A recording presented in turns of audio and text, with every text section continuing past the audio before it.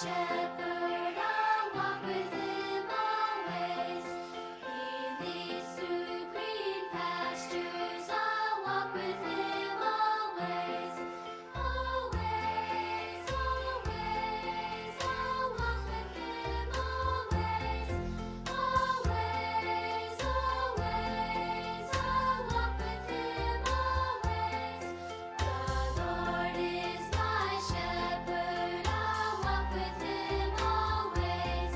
He leads through green pastures, I'll walk with him always. The Lord is my shepherd, I'll walk with him always. He leads through green pastures, I'll walk with him always. Always my shepherd, I'll walk with him always.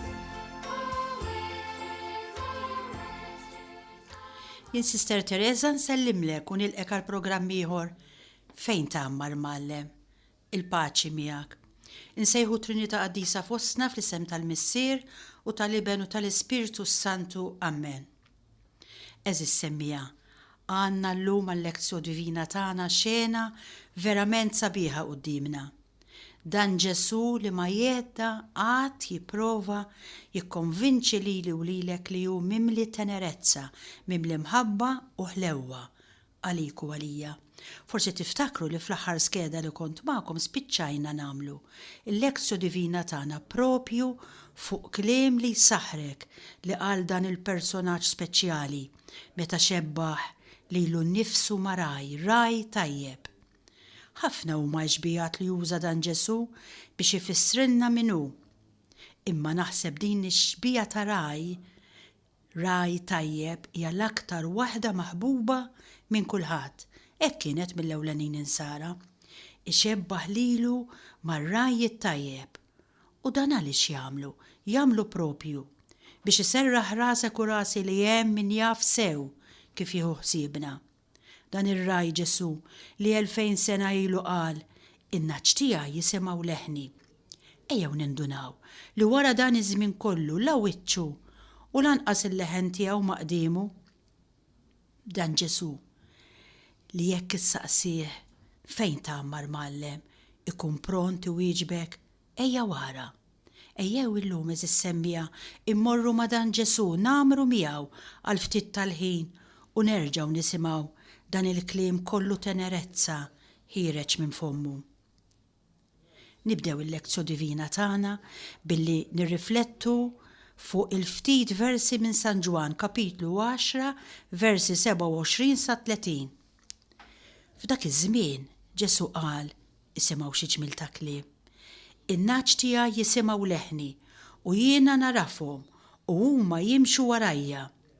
U jiena nagħtihom il-ħajja ta' dejjem u huma ma jintilfu qatt u minn idejja ma jaħtafhom li ħadd. Missieri li tahom li u akbar minn kulħadd u ħadd ma jista' jaħtafhom min id il-Missier. Jiena u l-Missier aħna ħaġa waħda. Dawn il-ftit versi huma tkomplija tad-diskors ta' Ġesu dwar ir-raj tajjeb li nsibu fil-versi 1 sa 18 tal-istess kapitlu 10 ta' San Ġwan. Konna tkellimna ħafna dwarhom fl-iskeda ta' qabel. Però biex nifhmu aħjar il-kapitlu kollu tajjeb inżommu quddiem għajnejna ċerti versi li nsibuhom f'kapitlu 34 ta' Eżekjel fejn insibu miktub li Alla qal li hu se jieħu ir-responsabilità tal-poplu tiegħu kontra r-rajja ħżiena ta' Iżrael. Kif dejjem jiġrihux, issib rajja tajbin imma anki dawk li mhumiex. U Alla jwiegħed li hu stess se jieħu ħsieb il-merħla tiegħu. U f'dawn il-versi eżis semmija toħroġ ir-rabta intima bejn Ġesu u dawk li jemmnu fih, bejn Ġesu u l-Knisja tiegħu. Din ir-relazzjoni Ġesu jfissirha bit-tixbija tar-raj u n-naċ kif smajna. F'dawn il-ftit versi insibu 3 verbi li fuqhom jinbnew 3 affermazzjonijiet li Ġesu għamel dwar in-naċu li għalihom mbagħad jikkorrispondu 3 affermazzjonijiet oħrajn dwaru nnifsu. Ġesu qal, min-naħa tagħhom in-naċ jisimgħuh, jarfuh u jimxu warajh. Min-naħa tiegħu issa r-raj ukoll x'jagħmel? Jarafhom, jagħtihom il-ħajja ta' dejjem u ma jħalli l-ħadd jaħtafhomlu minn idejh.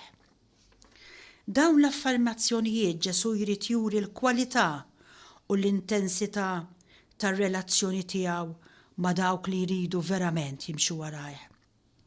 Dan id-diskors Ġesu fix-xena tal-lum kien qed jagħmlu propju lil dawk li ma jemnux fih.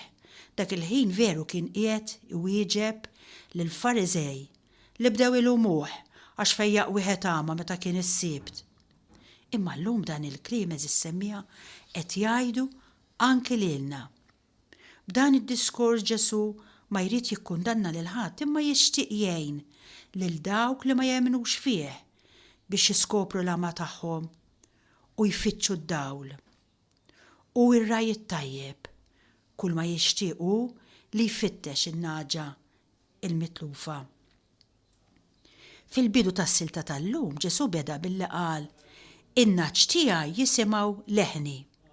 Kif tindunaw Ġesu ma jgħidx min huma n-naċ imma kif jingħarfu. Huma dawk li jisimgħu il-leħen tar-raj għax ismih eżissemmija huwa l-atteġġjament fundamentali tad-dixxiplu. Id-dixxiplu veru minnu huwa dak li jisma' l-kelma jilqaħħa, jgħożża u l-iżjed importanti li jinterjorizza jiġifieri jagħmilha tiegħu u jgħixha u ma jħalli ebda kelma minn dak li jgħidlu il-mulej tmur fix-xejn. Nagħmluh dan kollu aħna meta nisimgħu il-kelma ta' Alla. Dan jitlob dik l-attenzjoni kostanti u mimlija mħabba mhux biss għall-leħen tal-maħbub imma għall-maħbub innifsu. Din l-attenzjoni twassal lilu lilek biex narfu niddistingwu dejjem aktar bejn il-leħen tal-imgħallem u l-ħna l-oħra li jidwu fina u madwarna. Ġesu qal, jien narafhom, Ġesu jarafna, jaraf lili u jaraf lilek u għarraj it-tajjeb li jaraf in-naċ tiegħu. Mhuwiex għarfien superfiċjali tal-qoxra imma huwa għarfien profond li jikxef relazzjoni ta' mħabba intima u personali, relazzjoni eżissimija li tmur il-hemm l-istess intimità ta' bejn żewġ miż-żewġin jew żewġ teħbieb u mill-ħlewwa li biha om jew missier iħobbu u jgħozzu lil uliedhom ċkejknin. Ġesu qed jgħid lilu lilek isimgħha sew din. Jien nafek, inħobbok u nogħoż f'qalbi kull dettall ta' ħajtek. Kompla Ġesu, jien narafhom u huma jimxu warajja. Iva, ismih iwassal għad-dixxipulat, jinbidel f'azzjoni. Min jisma' leħnu verament jimxi warajh żgur. Ismih iwassal imbagħad għall-ubbidjenza. Dan ismih u din l-ubbidjenza jiġu mill-arfien tar-raj u għalhekk Ġesu jtenni jiena nara fin-naċ tiegħi u n-naċ tiegħi jarfu lili bħalma l-missier jaraf lili u jiena naraf lill-missier. Fis-sens Bibliku li taraf jimplika il-moħħ, il-qalb u r-rieda b'dak kollu li int. Huwa l-istess tip ta' għarfien li bih Ġesu jaraf lill-missier u lilna u għalhekk huwa mibni fuq l-iskoperta ta' relazzjoni. Min hawn joħroġ dan il-kmandament ħobb lill-mulej Alla tiegħek b'qalbek kollha, b'ruħek kollha u b'saħħtek kollha. Biex tħobb però trid tkun kapaċi tisma' u taraf lil dak li jkun. Ġesu qal ukoll huma jimxu warajja. U x'jagħtihom? Jagħtihom il-ħajja ta' dejjem. Il-ħajja ta' dejjem mhijiex sempliċement ħajja bla tmiem.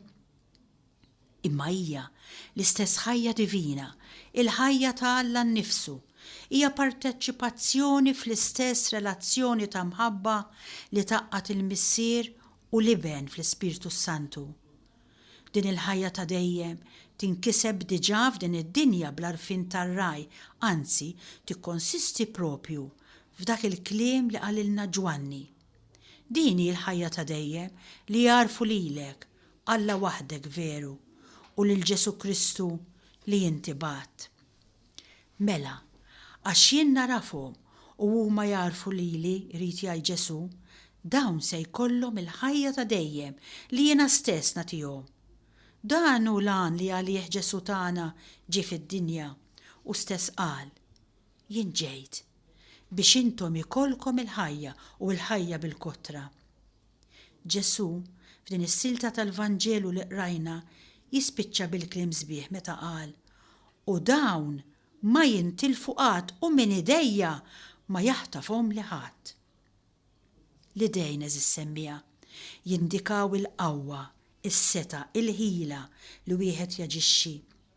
Bl-idejn tiegħu dan ir-raj qaddis iħares in-naċ mill-ħallelin u mill-pub qerrieda.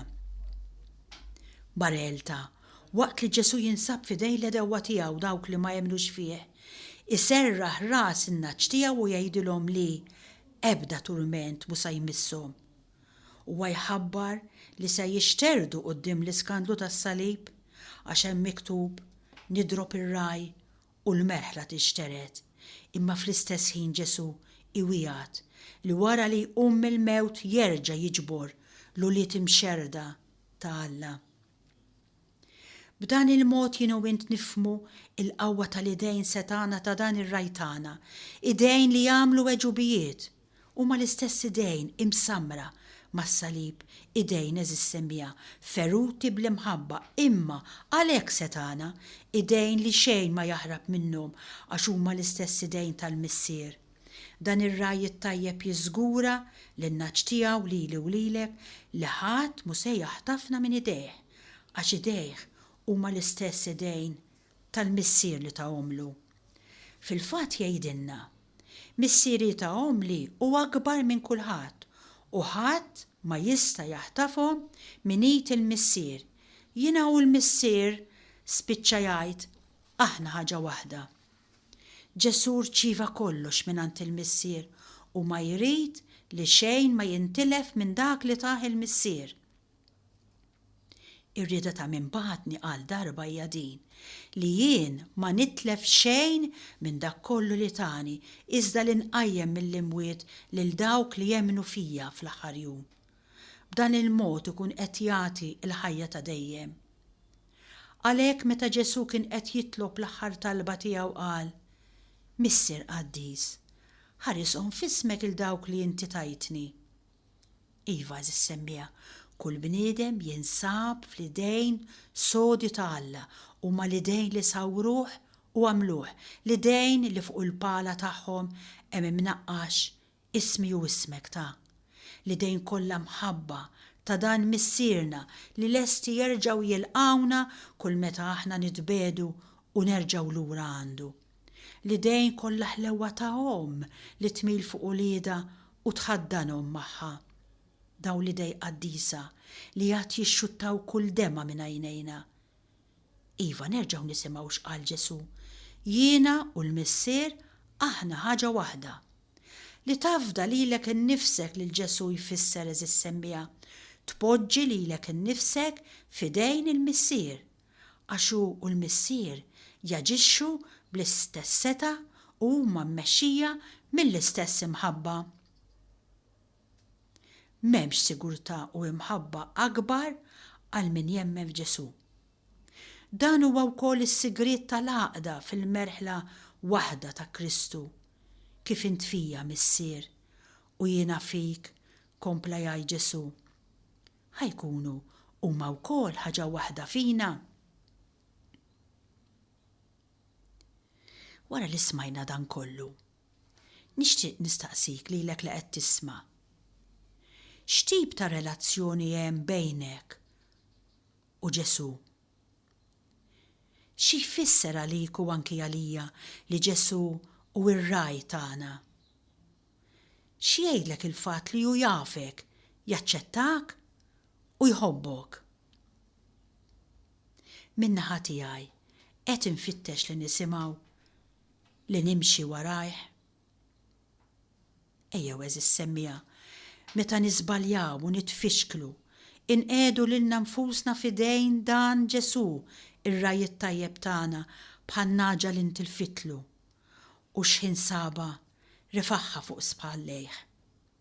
Inħalli issa stess iħaddanni miegħu waqt li nifqu għal pawsa mużikali u nerġgħu nisimgħu imtenni lilna x'kapaċi jagħmel magħna dan ir-raj qaddis.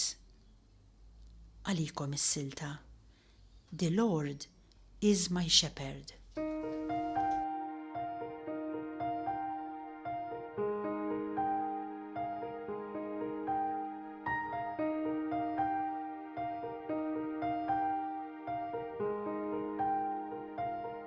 The Lord's my shepherd, I'll not want. He makes me lie in pastures green. He leads me by the still, still waters. His goodness restores my soul. He guides my way in righteousness, and He anoints my head with oil, and my cup it overflows with joy. I feast on His pure delight.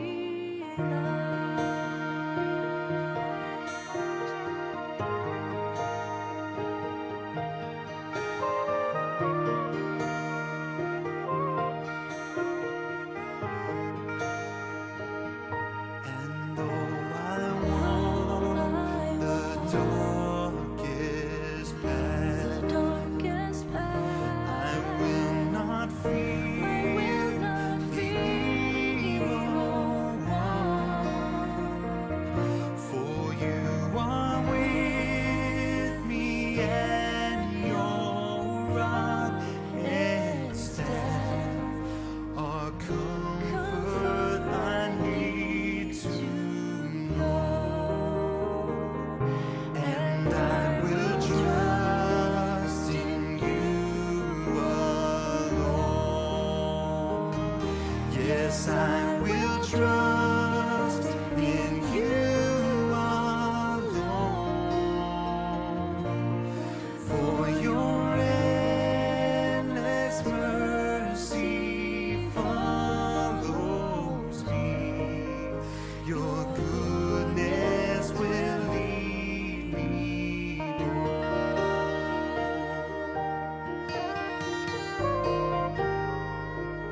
You lead me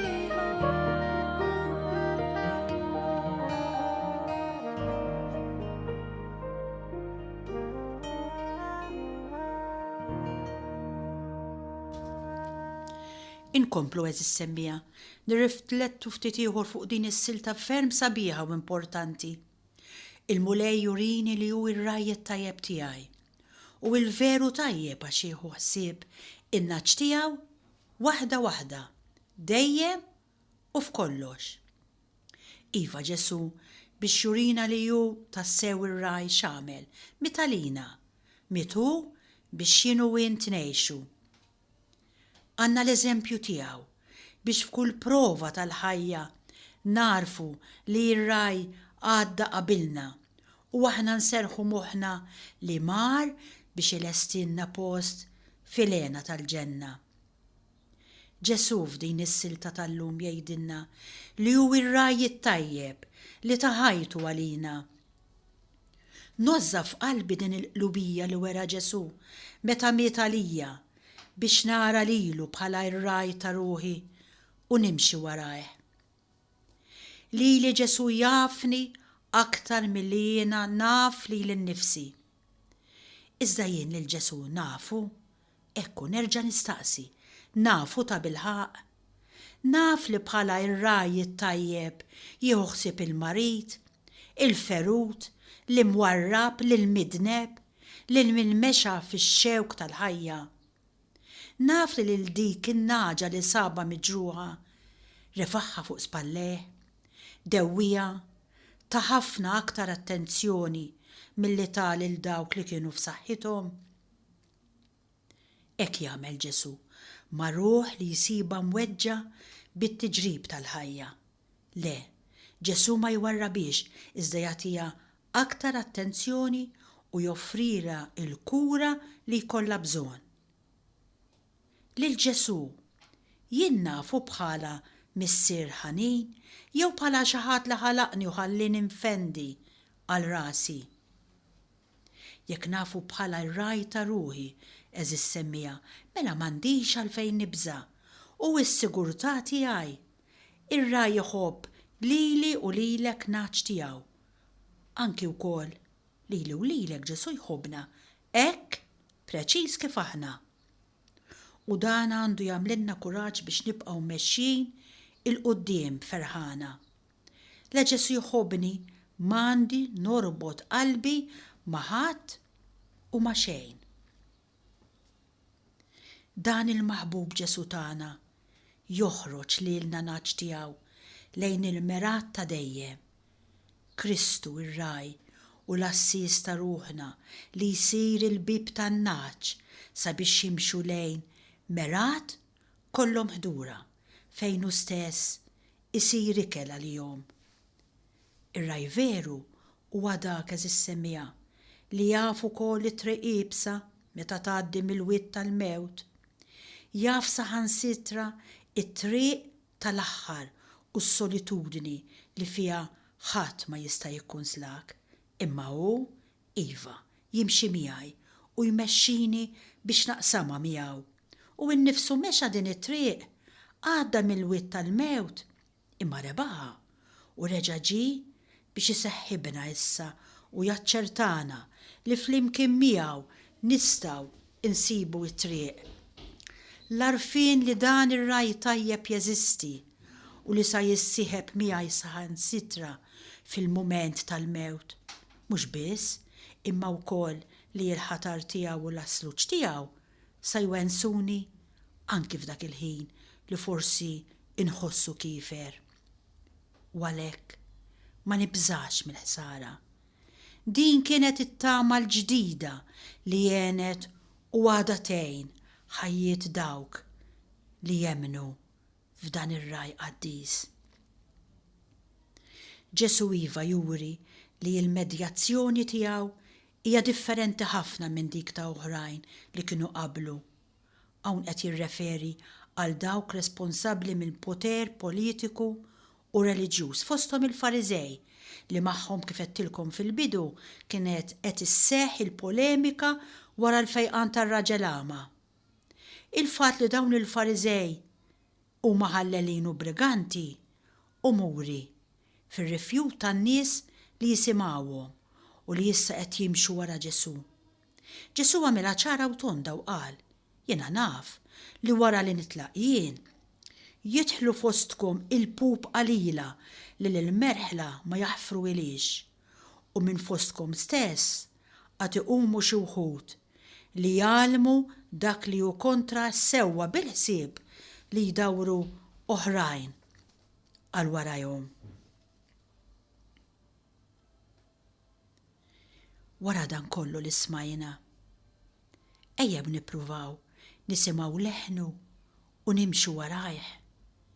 Ejja nħejju qlubna biex inkunu art tajba billi nisimgħuh, nilqgħuh u ngħixu l-kelma u bekk nagħmlu l-frott.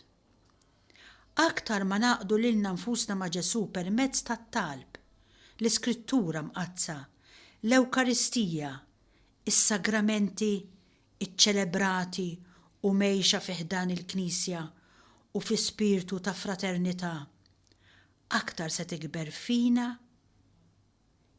il-gost li nikkoperaw ma' Alla fis-servizz tas-saltna ta' ħnina u verità, ta' ġustizzja u paċi, u l-ħsat imbagħad ikun kotran fi proporzjon mal-grazzja li b'qalb ħelwa inkunu warafna nilqaw f'ħajjitna. Eżis semmija, induru lejn il-mulej u ngħidulu, grazzi mulej, għax għalik jiena għandi isem, għandi personalità, għandi karattru. Inta fil-burdati tiegħi, l-inkonsistenzi tiegħi, imma jferraħni l-fatt li jint taf ukoll il-possibiltajiet tiegħi. Grazzi tal-paċenzja fit-tul li tieħu bija żisraj tajjeb tiegħi. Inti jissegwi wkoll il-progressi żgħar tiegħi u anke tapprezzahom li. Inti bil-ħlewwa kollha turini l-infedeltajiet tiegħi u bl-imħabba kollha tikkoreġini dwaru. Kemm jien kuntenta mulej li almenu int tarafni sew minn barra u minn ġewwa. Int bħala raj tajjeb kapaċi tiddistingwi leħni minn tant miljuni ta' ilħna. Taf issemmani leħnek baċċent li jiena narfu żgur. Nirringrazzjak mulej raj tiegħi għal dil-kura personali li tatini, għall-attenzjoni li turini individwalment, għall-intimità li toffri lil kulħadd.